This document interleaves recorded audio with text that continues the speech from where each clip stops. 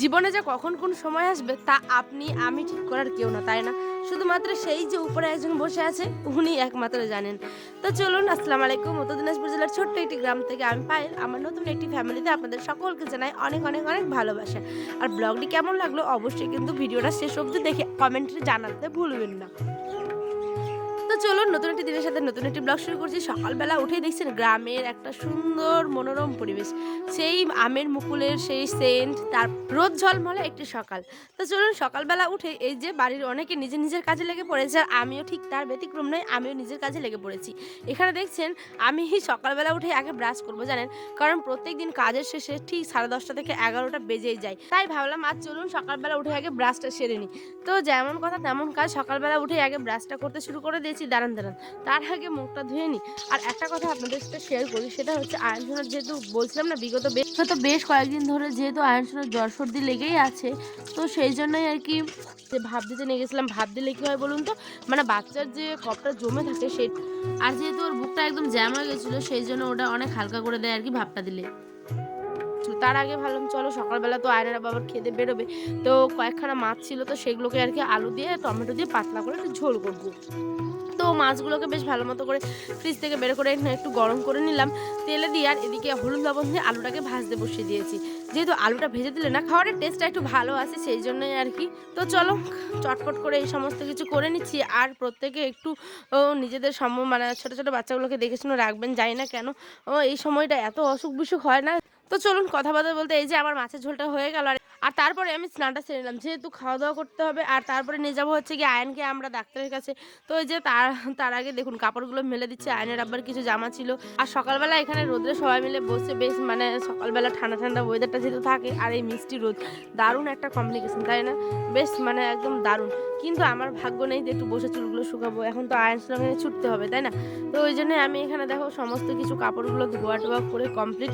তার আগে কিছু গতকালের কাপড় ছিল, এই যে চাদর টাদরগুলো একটু নোংরা হয়ে গেছিলো। তারপরে শাড়ি টাড়ি যা কিছু ছিল আর কি সমস্ত কিছু চটজলদি করছি একদম, যেহেতু ডাক্তার আবার কিছুক্ষণের মধ্যে উঠে পড়বে, আর মানে উঠে যাবে আর কি। আর আয়নের আব্বাও যেহেতু স্কুল যাবে, তো সেই জন্যই আর কি তাড়াহুড়ো তাড়াহুড়ো একটা ব্যাপার আছে। তো ব্লগগুলোতে অনেকে অনেক ভালোবাসা দিচ্ছেন, সেই জন্য আপনাদের সত্যি মন থেকে জানাই অনেক অনেক অনেক ভালোবাসা। আর কি বলবো বলো, আমি ভাষা খুঁজে পাচ্ছি না যে কি বলবো। তারপরে দেখি যে আয়নের আব্বা আবার স্নানে গেছে, তো আমি সেই ফাঁকে আবার এই যে ব্ল্যাঙ্কেটগুলোকে রোদরে দিয়ে যাচ্ছি, যেহেতু কয়েকদিন ধরে বেশ ভালো রোদ উঠছে। কারণ এই সময়টা না দেখবে যে এই রোদ তো এই মানে ছায়া টাইপের হয়ে যায়, ঠিক আছে? তো ব্ল্যাঙ্কেটগুলোকে গরম করে দিচ্ছি, আর যখন একদম সব থেকে মানে ঠান্ডাটা পালাবে, তারপরে ওগুলোকে আমি আর কি কেচে ধুয়ে পরিষ্কার করে রাখবো। তো ততদিন আর কি এরমভাবেই চলবে, এগুলোকে রোদরে দিয়ে দিয়ে। তার মধ্যে আয়নের স্নান, কারণ ওর আব্বাও স্নান করে নিয়েছে, আমিও করে নিয়েছি, তো ভাবলাম চলো ওকে স্নানটা করিয়ে নিই, তারপরে ওকে ডাক্তারের কাছে নিয়ে যাবো। তার জন্য ওকেও স্নান করিয়ে দিয়েছি। আর ও কিন্তু খুব কান্নাকাটি করছিল, কেন জানো? যেহেতু ওর ঠান্ডা লেগেছে, তো ওকে তো আমি গরম জল স্নান, মানে গরম আর ঠান্ডা জল মিক্স করে এখন ওকে স্নান করাতে হয়। আর প্রতিদিন এখন আমি ওকে সরিষার তেলটাই মানে চেষ্টা করি মাখানোর, বডি অয়েল, তারপরে ওর যে সমস্ত ক্রিম ওগুলো এখন কয়েকদিনের জন্য বাদ দিয়ে দিয়েছি, যেহেতু ওর প্রচণ্ড, আর এই যে নাকের ফুটা ওগুলো তো সরিষার তেল দিয়ে দিচ্ছিলাম। কিন্তু আমি একটা সমস্যা আছে, জানি না কেন, তোমরা যদি কেউ জানো অবশ্যই কমেন্টে জানিয়ে। তো এই যে নাকের ফুটাতে মানে সরিষার তেল দেওয়া কি যাবে কি না, বলতে গিয়ে অনেক দেয়, আমি দেখেছি সেই জন্য আমিও দিলাম। কিন্তু এতে কি বাচ্চার কি কোনো ক্ষতি হয়? আমি কিন্তু সে সমস্ত কিছু জানি না। এমনিতেই দিলাম। আর আয়ান যত মানে দিন, দিন বড় হচ্ছে কেমন জানি একটা হয়ে যাচ্ছে, তাই না? মানে পাতলু হয়ে যাচ্ছে আমার বাবাটা। তো চলো কি আর করা যাবে? আল্লাহ যাতে শুধু ভালো রাখে, সুস্থ রাখে, এইটুকুই চাই আমি। তো দেখো এখানে আমরা বেরিয়ে পড়েছিলাম হচ্ছে কি আমাদের বাড়ির মানে সামনেই আর কি একজন ডাক্তার বসেন, ভালো ডাক্তার আর কি। তো ওনার কাছেই নিয়ে গেছিলাম, বাড়ির একটু পাশে আর কি। আর রাস্তায় ক্যামেরা করা মানে তো জানোই, চারদিক থেকে লোক টিটকি হি, হি, হি, হি করে হাসে।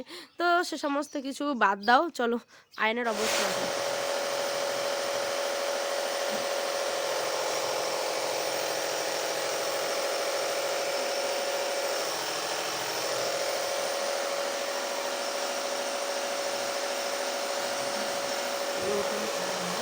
সোজা মুখটা হা করে আছে তো, থাক, অসুবিধা নেই।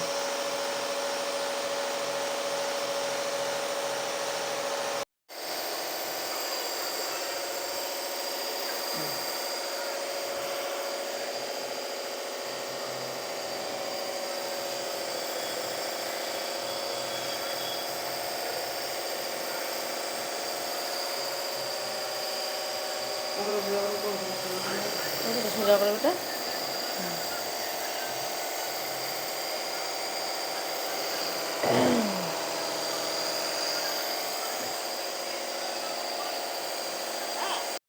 তারপরে আমি বাড়ি এসে এই যে আবার কাজ নিয়ে লেগে পড়েছি। কয়েকটা বাসন যেহেতু খাওয়া-দাওয়া করে গেছিলাম আর এঁঠো-খাটো বাসনগুলো তো ছিলই, সেগুলোকে আবার ধুতে লাগবে। সেইজন্য এগুলো আবার পরিষ্কার করে ধুয়ে নিচ্ছি।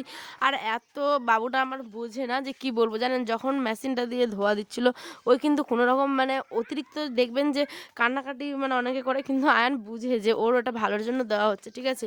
তো ওইজন্য ওই আরকি কোনো কিছু মানে অতটা করেনি। আর এটা ওর ১ম বার না, যেহেতু এর আগে ২-৩ বার ওকে দেওয়া হয়েছে, সেইজন্য ওই ওটা ফিল করতে পারে যে এটা ওর মানে ভালোর জন্যই দেওয়া হচ্ছে। ঠিক আছে? তো এখানটায় ওই যে সমস্ত বাসনগুলো ধুয়ে নিলাম ভালো মতো করেই। তারপরে দেখি আজ কালোকে স্নান করানো হচ্ছে। বাবা মানে স্নান করাচ্ছে আরকি। ওর যেহেতু গরম লাগে, তাই না? আমরা তো প্রতিদিন স্নান করি, আর ওই তো আবার ১৫ দিনে ১ দিন স্নান করে। এই যে মুড়ি এনেছিল আয়নের আব্বা, তো সেগুলোকেও ভালো মতো করে চেলে নিচ্ছি। কারণ এই চালাটা দিয়ে ভালো মতো করে মুড়িগুলোকে চেলে নিলে না খাওয়ার সময় অনেক বালি কিচকিচ, তারপরে হচ্ছে গিয়ে কালো পোড়া মুড়িগুলো থাকে, সে সমস্ত কিছু মানে পাওয়া যায় আরকি। সেজন্য এটা ভালো মতো করে আমরা ভালো করে পরিষ্কার করে নিই। চলো এটা হয়ে গেছে তাড়াহুড়ো করে, আর এদিকে কিন্তু আমি এটাকে ঝাড়ও দিয়ে দিব।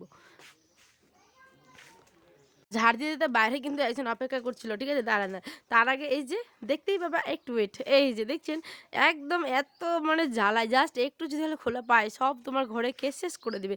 আর আয়নের আব্বা রাত্রে নিয়ে এসেছিল মোগলাই আর তার সাথে ঘুগনি। তো আজ এই পর্যন্ত, দেখা হবে অন্য একটি ব্লগে। সকলে ভালো থাকবেন, সুস্থ থাকবেন। আল্লাহ হাফেজ।